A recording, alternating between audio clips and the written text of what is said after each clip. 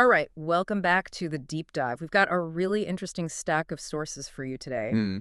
Our whole mission here is to, take this dense material, cut through the noise, and just get straight to the knowledge you need. And this time we're looking at some really fascinating strategic documents. We're analyzing excerpts from a text called Cyber and Space Command, Pillars of Muslim Digital Power, and also from the book The Nuclear Umbrella, written by Zahir Ahmad Mir. That's right. And for you, we're really going to be dissecting the strategic need, the very specific structure, and the capabilities of a newly formed or proposed unified command. And in these sources, they call it the CSDC. The CSDC, or sometimes the Islamic Cyber and Space Shield. And the fundamental idea, the thing that just leaps off the page, this claim that global power, maybe even national survival, it doesn't just hinge on tanks and ships anymore. No, not at all. It all comes down to two domains that are completely outside of, traditional battlefields, the cyber domain and the space domain. Precisely.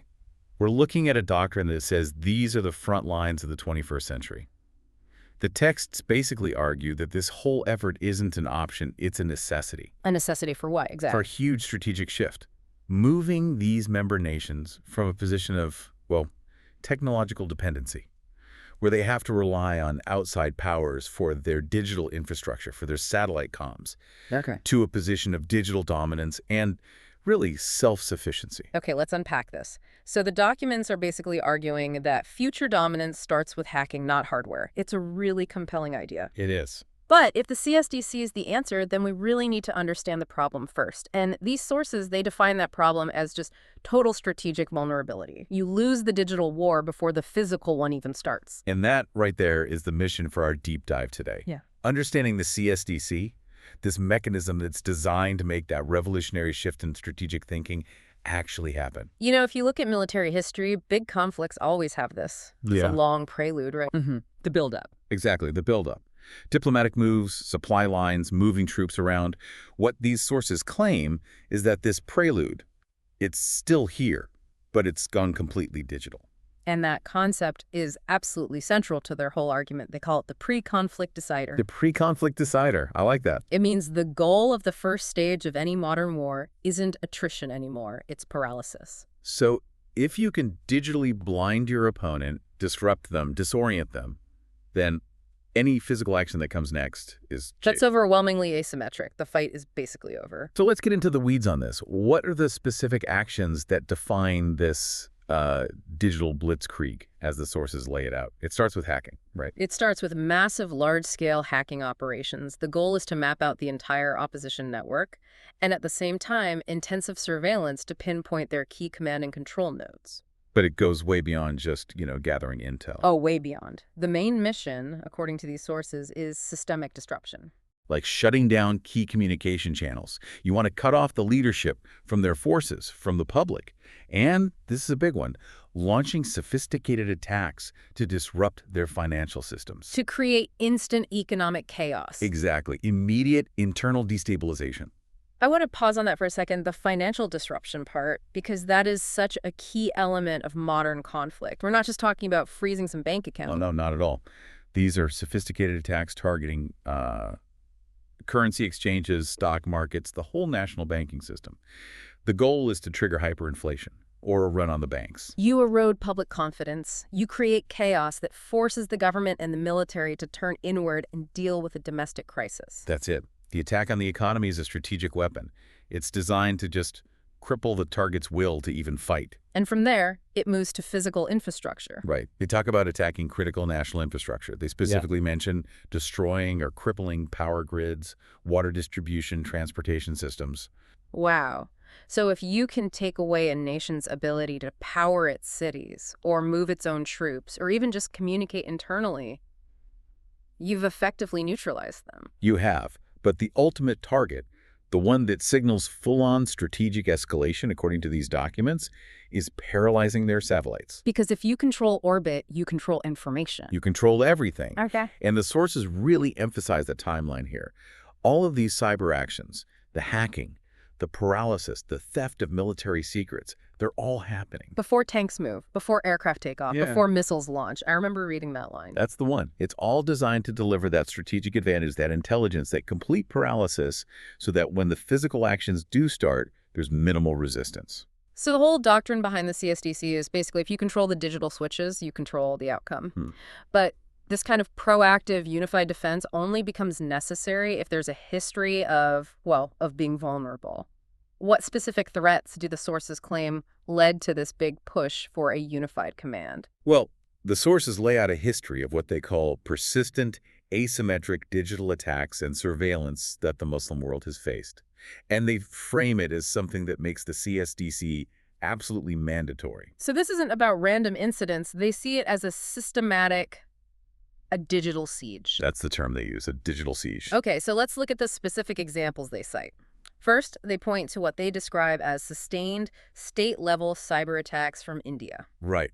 And that implies a really sophisticated ongoing threat. We're talking digital sabotage, espionage, information theft, all directed at military and government systems within these member states. So a high-volume, persistent campaign that individual countries just couldn't handle on their own. Exactly. Then they bring up widespread cyber espionage from Western alliances. And that's presented more as surveillance on a huge geopolitical scale, right? It is. The goal being to maintain a technological and strategic edge, so monitoring military movements, diplomatic talks, even internal political stability. And the threat isn't just about networks. This part was really striking. The sources specifically call out spyware targeting Muslim leadership. And that's a critical point. This goes way beyond stealing blueprints. This is about compromising personal devices, listening in on sensitive conversations. Collecting deeply compromising data on the decision makers themselves. Yes, it's a fundamental attack on their political sovereignty. The leadership's ability to act independently is just completely undermined by the risk of, exposure or blackmail. It really is the ultimate asymmetric weapon. You're compromising the mind of the leader, not just the hard drive of the military. And then you have the financial domain again. They detail concerns about the frequent hacking of financial institutions, which, as we said, can trigger immediate economic crises. But maybe the most insidious threat they list involves the population itself. The surveillance of public opinion and manipulation through social media? Yes, that moves the battlefield completely away from military networks and right into the public square. And that's what we now call cognitive warfare. This is deliberate, state-sponsored use of digital platforms to sow discord, to amplify internal conflicts, or to shift public opinion against their own government. The sources make the point that sovereignty isn't just about borders anymore. It's about protecting your national narrative, your economy, and, the minds of your people from this constant external manipulation. And this history, this pattern of repeated, sophisticated attacks through digital means, that is the main strategic driver for creating the CSDC. It's an admission that the defense has to be just as coordinated and as technologically advanced as the multiple attacks they claim to be facing all at once. Exactly. If that record of vulnerability is what they believe it to be, then a unified shield like the CSDC goes from being a political idea to a strategic imperative. Right. To really get why the CSDC was formed, you have to understand just how much the threat landscape has changed, even just in the last 5 years. The sources argue that simple, isolated national cyber defenses, they're totally obsolete now. The whole idea of building a digital wall around one country and just hoping it holds, that's over. Because the threats themselves are integrated, they're automated, and they're fundamentally cross-border. When an enemy attacks, they aren't just targeting one ministry. They hit systems, banks, airports, ministries, military networks, all across borders, all at the same time. Which means your defense has to be just as collective, just as instantaneous, and just as unified. And the list of next-gen threats they provide in the source material, it really explains why this unification is so critical. These are technologies that are just beyond the budget or the expertise of a lot of single states. Let's run through them. It starts with the evolution of malicious code itself. AI-powered malware. This isn't your standard virus, is it? Not even close. This is a huge leap. AI malware is polymorphic, which means it's constantly changing its own code to avoid being detected. It's learning. It's learning. It operates autonomously, it learns the network's defenses, and it adapts its attack in real time. Your traditional signature-based antivirus, it can't cope. The defense has to be AI-driven too, able to predict intent, not just recognize old code. And speaking of, existential threats, the sources list the impending danger of quantum decryption. We should probably ground this concept for our listeners. Absolutely. Look, if a hostile power gets a working quantum computer before the CSDC members do, it represents a digital apocalypse. It's that serious. Why? Because the algorithms that quantum computers can run, they can solve the complex math problems that secure basically all modern encryption, RSA, ECC, everything protecting military secrets, financial data, state secrets. They can solve it instantly. So every secret, past and present, is just gone. Instantly obsolete. So the time to prepare for that threat is now, not when the first quantum computer actually comes online. That's a powerful motivator for unified research, for sure. The sources also talk about integrating different domains, specifically space-based hacking. Right. This means using satellites as platforms to launch highly targeted, very hard to trace attacks against networks on the ground. Or the other way around. Or the other way around. Compromising orbital assets like communication relays or spy satellites to create chaos down below. It essentially turns orbit into a staging ground for digital war. And it's not just digital. The physical world is a target, too. They mention threats like drone hijacking and satellite spoofing. Drone swarms are a tactical reality now. But the ability to hijack entire formations of them, or to spoof a nation's GPS and navigation signals. That's a direct threat to military operations, air traffic control, everything. Everything. They call it PNT position, navigation, and timing. And the sources also highlight cyber-physical attacks, specifically targeting power grids. So you're turning a digital vulnerability into a real-world kinetic event. Exactly. Think about the consequences. A coordinated attack on a regional power grid. You plunge cities into darkness, you cut communications, you compromise hospitals. It's mass disruption designed to create an instant internal crisis. And then there's the ultimate information threat: deepfake political manipulation. Cognitive warfare at its peak. Deepfakes can manufacture a crisis out of thin air. You can release a highly convincing video or audio clip that compromises a leader, starts a diplomatic incident, or just destroys public trust. And the speed and realism of it makes a rapid, unified response absolutely critical. So when you look at that list, Yeah. the threats are unified, they're complex, they're cross-domain, and some are potentially existential, like quantum decryption. Then the defense must be centralized, unified, and AI-driven to even stand a chance. Which is why the solution proposed in the source material to end this cycle of vulnerability and manipulation is the formal creation of the Cyber and Space Defense Command, the CSDC. And it's intended to be a synthesis of all this regional technological strength. It is. It's a recognition that no single country has the money, the engineering talent, or the specific expertise to master all of this at once. You can't master cyber offense, space control, AI development, and physical security all by yourself. So the structure is designed to pool those resources and create a single, unified digital military brain for the whole alliance. That's the idea. But that brings up a huge question, doesn't it, about geopolitical will. For this to actually work, you'd need an unprecedented level of trust and cooperation between these member nations. Especially when you're sharing highly sensitive intelligence and offensive capabilities. Exactly. So how do the sources suggest they overcome that inherent trust deficit to make this whole thing work? Well, the sources address that by emphasizing specialization. Specialization driven by existing national strengths, which is what we're about to get into. So by decentralizing the command into these specialized nodes. Right. You minimize reliance on one single location, and you maximize the comparative advantage of each member state. It suggests that the operational necessity, these overwhelming modern threats, it just trumps the traditional political rivalries.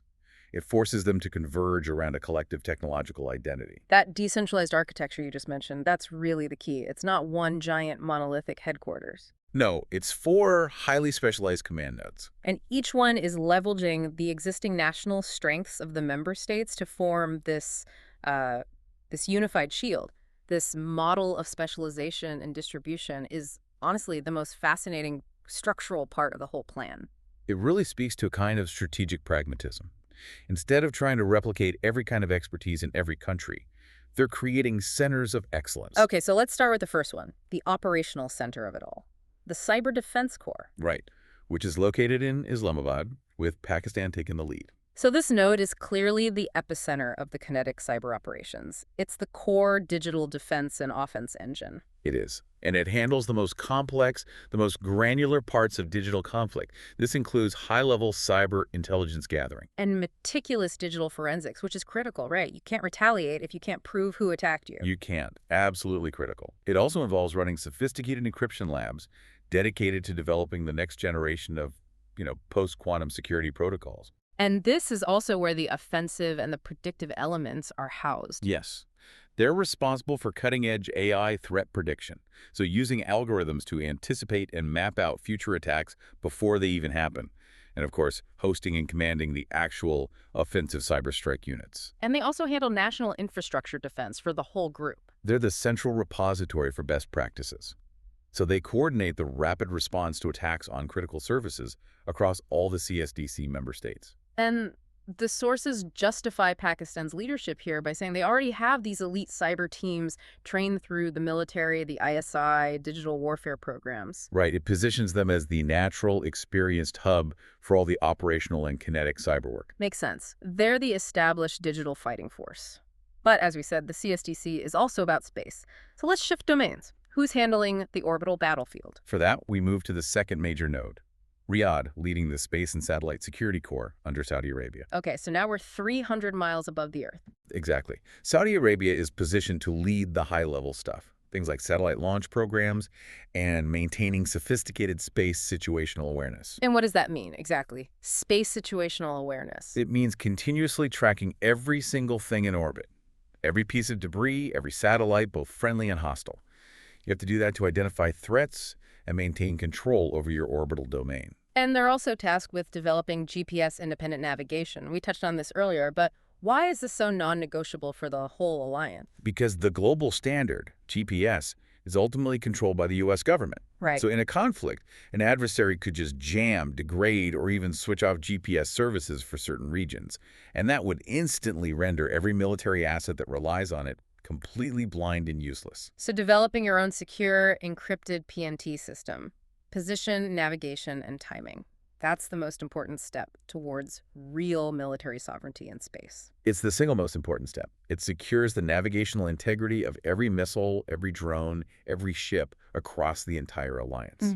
Riyadh is also focused on energy infrastructure protection and space-based surveillance. Right. And the sources point to Saudi Arabia's existing investments, billions in space science and satellite tech, as the reason it's the logical leader for this orbital core.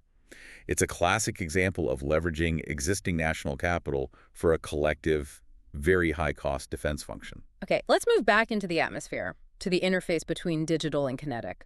The next node is in Ankara, providing the aerospace and drone warfare node. Leveraging Turkey's globally recognized expertise in that area. And this node is focused entirely on mastery of the air domain, especially where it intersects with electronic manipulation. Their specialties include the management and control of drone swarms, expertise in high-intensity electronic warfare, or EW. Which is basically jamming enemy communications and radar. Blinding their radar, deafening their comms. Exactly. And deploying sophisticated anti-drone systems to protect ground assets and critical sites from hostile air attacks. And how does this node integrate with the others? Through tactical satellite integration.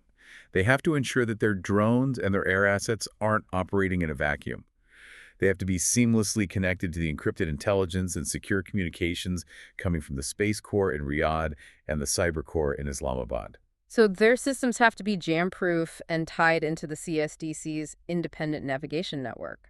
They must be. All right, finally, let's look to the future, the R&D arm of the CSDC. We have Kuala Lumpur and Jakarta serving as the tech innovation nodes. And here's where it gets really interesting. Why is that? Because this move shows incredible strategic foresight. These nations are tasked with looking 5, 10, even 20 years down the road. They are the CSDC's decentralized think tank and innovation engine. So their specialized functions are running advanced digital research labs and, crucially, AI research centers. Right. They're aiming to maintain a competitive edge in rapidly evolving tech like machine learning, neural networks, and automated defense systems. But the most critical function here has to be the quantum encryption projects. Without a doubt. We mentioned the existential threat of quantum decryption. The work happening in Jakarta and Kuala Lumpur is intended to develop quantum-safe communication protocols, what's often called post-quantum cryptography, to protect the alliance's secrets long after current encryption fails. So the sources present this whole structure: cyber defense in Pakistan, space security in Saudi Arabia, drone warfare in Turkey, and R&D in Southeast Asia as the design for this Islamic cyber and space shield. It's a comprehensive, specialized design. It's a logistical marvel if they can pull it off. But that brings us back to your earlier point about trust and complexity. It does. The fundamental logistical challenge is this. How do you ensure the highly classified, integrated offensive capabilities commanded from Islamabad are fully interoperable and secure when the systems they rely on, the navigation, the drones, the future encryption, are being developed and maintained thousands of miles away by different sovereign nations with their own priorities? So the structure avoids a single point of failure. But it exponentially increases the coordination challenges. It's a high-risk, high-reward strategy. The reward is global technological dominance. The risk is that political fractures could instantly compromise the entire distributed shield. Okay, so now that we've got the strategic locations and the specializations down, let's really detail the specific operational capabilities the CSDC is designed to have. Correct. The sources lay out 6 core pillars, and it covers everything from, proactive defense to sovereign offense. The very first pillar is the absolute bedrock of modern defense. It's about moving away from human speed and into machine speed. Yeah. It's the AI-powered cyber defense network. And its function is proactive, right? It's more than just a simple firewall. We mentioned the threat of that polymorphic malware. What does this AI network actually do to counter something that's constantly changing and learning? Its main job is to achieve what they call predictive defense. So it doesn't just react to threats it already knows. It uses advanced machine learning models to analyze network behavior, to identify anomalies that indicate an intrusion before that intrusion hits a critical system or does any damage. So it's anticipating attacks. It is. It relies heavily on the AI research from those innovation nodes and allows the CSDC to predict and intercept malicious traffic at the perimeter based on deep behavioral analysis. It moves defense from being reactive to being anticipatory. The second pillar then leverages the expertise from the Riyadh Corps, the satellite-based early warning system. This is their independent eye in the sky. And this system plays multiple critical roles for strategic warning. It handles the traditional stuff like missile detection, which gives you lead time against strategic threats. But it's also vital for border monitoring, naval surveillance. Exactly.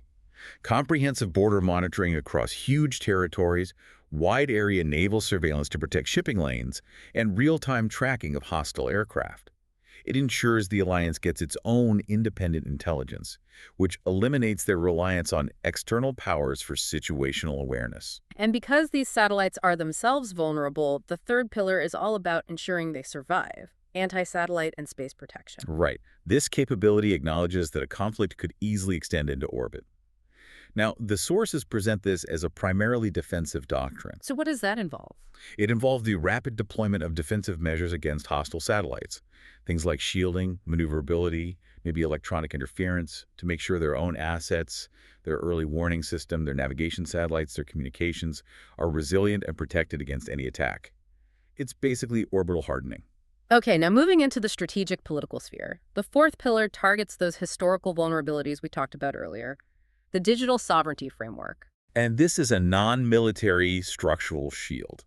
It's a comprehensive effort to establish technical and legal autonomy over their digital infrastructure. So what does that protect against? It's aimed at providing deep, almost constitutional-level protection against foreign incursions. It specifically lists defenses against foreign data theft through things like mandatory data localization. Meaning the data has to be stored within their borders. Precisely. Also, the neutralization of spyware through mandated secure hardware standards, dismantling pervasive surveillance networks, and the ability to counter and control external propaganda systems. So this pillar is about more than just blocking a hacker. It's about setting up the legal and technical architecture that makes digital compromise harder in the first place by limiting foreign access at the root level. That's it. It ensures the alliance maintains absolute control over its own national data and its digital narratives. And for all of this to work, all these nodes and capabilities have to be linked together. Which brings us to Pillar 5. The Unified Secure Communication Network. This is the secure backbone of the entire alliance. And its complexity is just immense. Yeah, if Islamabad is commanding a cyber strike, while Ankara is coordinating drone swarms, and Riyadh is providing the navigation, that communication has to be instant, resilient, and totally secure. It has to be an absolutely encrypted system linking militaries, ministries, intelligence agencies across the whole CSDC alliance. And the sources say it has to be a proprietary system. Using their own satellites. Ideally, yes, leveraging their own orbital assets and using those cutting-edge encryption protocols being developed in Kuala Lumpur and Jakarta. If this network fails or gets compromised, the whole centralized command structure collapses. The coordinated defense becomes impossible. It is the CSDC's lifeblood. And finally, we get to the most defining pillar, the one that really signals the shift from dependence to dominance. The offensive engine, the cyber strike capability. So this is not just a shield. The sources are very clear on this. The CSDC is not just a defense consortium. It is explicitly designed as the defensive and offensive engine of the alliance. In the cyber domain, defense alone is never enough. Effective deterrence requires the proven ability to project power and to retaliate. And the offensive mandates are very specific. These units, commanded from Islamabad, are tasked with neutralizing enemy command systems and disabling their infrastructure. And more specifically, to rapidly disable threat networks that are actively targeting CSDC members. They are also tasked with counter-hacking foreign intelligence operations. Essentially turning the tables on espionage, retrieving stolen data, identifying spies, sabotaging foreign surveillance efforts, and crucially, they are tasked with disrupting hostile propaganda.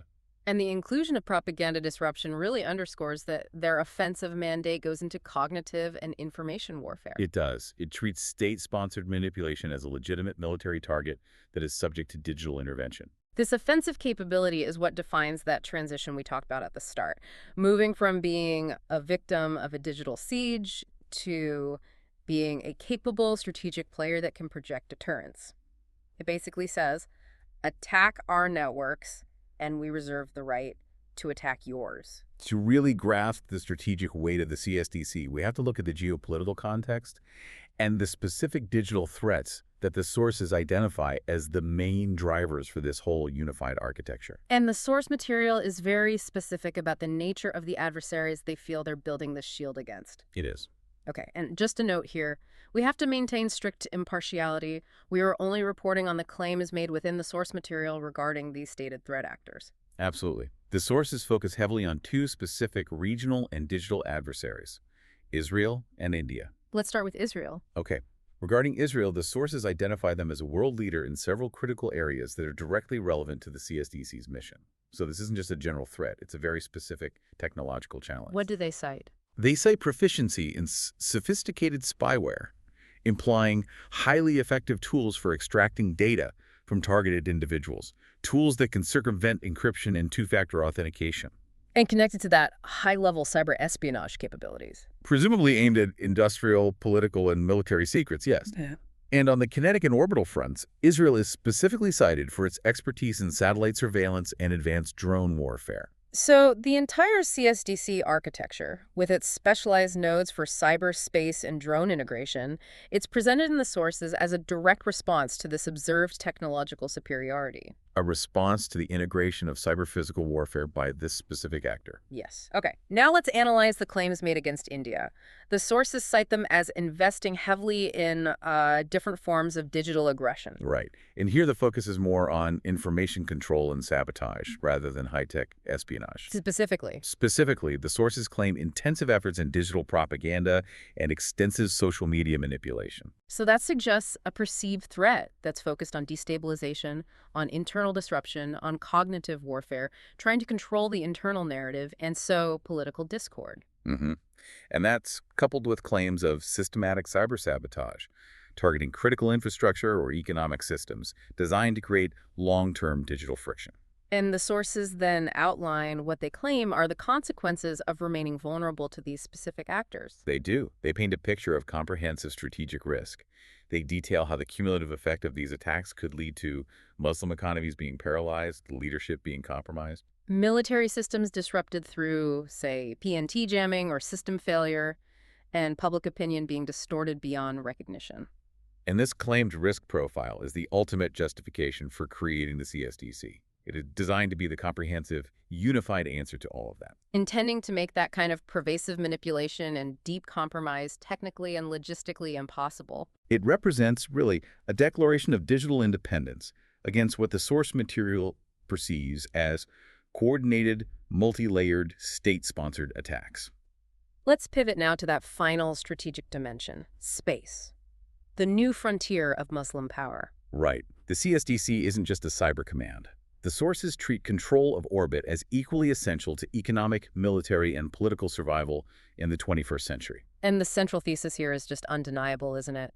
Future wars will be decided by who controls the high ground? Specifically, who controls satellites, who controls GPS, who controls data, and who controls orbital communication. If you are dependent on an adversary's orbital assets for your communication or navigation, your strategic autonomy is severely limited. An external power can, at any moment, just pull the plug on your ability to operate globally. They can. So the required developments for shifting from dependent to dominant in space are laid out very clearly in the material, and they're foundational to that Riyadh Corps' mission. It starts with establishing those resilient, redundant, independent navigation systems. We cannot overstate this enough. We can't. Independent PNT is the foundation of true sovereignty. This then has to be followed by establishing global satellite networks for communication and data transfer. To ensure that the alliance's highly secured digital traffic doesn't have to rely on foreign-owned or routed infrastructure. Exactly. And for security, you need space-based missile detection capabilities. Which ties directly back to that early warning system we discussed. It provides strategic depth and those precious seconds of warning against a kinetic attack. And finally, establishing robust space command centers. This is the operationalization of space. It's a confirmation that managing the orbital domain is now viewed as a full-fledged military operation. Right. It requires dedicated infrastructure, personnel, integrated command structures. It's not just a scientific endeavor anymore. The control of the space domain is intended to be the ultimate guarantor of digital sovereignty. It is. It ensures that the CSDC secure communications and military assets can never be blinded or spoofed from orbit by any external power. The vision here is just enormous. It's creating a technological shield and a sword that spans from deep orbit all the way down to the smallest microchip in a leader's communication device. And it's all managed by this geographically distributed but functionally unified command structure. Yeah. So this has been a really necessary and thorough deep dive into a very specific, ambitious, and comprehensive strategic plan from these sources. We've explored the strategic necessity, which they say is driven by historical digital vulnerability. We've looked at the specific advanced threats of the 21st century, everything from quantum decryption to deep fakes. And the highly specialized distributed architecture of this cyber and space defense command. We've seen that the sources identify these four sort of non-negotiable pillars of modern survival that the CSDC is designed to achieve. Cyber defense. Space control, intelligent networks powered by AI, and absolute digital sovereignty. And the CSDC is the proposed unified mechanism to consolidate the technological strengths of multiple nations to get to those goals. The ultimate aim, as they stated in the source material, is to build a command structure and a capability set that ensures the alliance is never digitally enslaved again. It's a foundational claim, isn't it, about securing their technological future in a world where the lines between conflict and espionage have just completely dissolved into the digital ether. But if we look closely at that structure, the intense specialization, the dispersion of resources, we have to acknowledge the inherent logistical and political tension. Right. Given the high-stakes specialization detailed in these sources, you have AI labs in Jakarta, the satellite core in Riyadh, drone warfare in Ankara.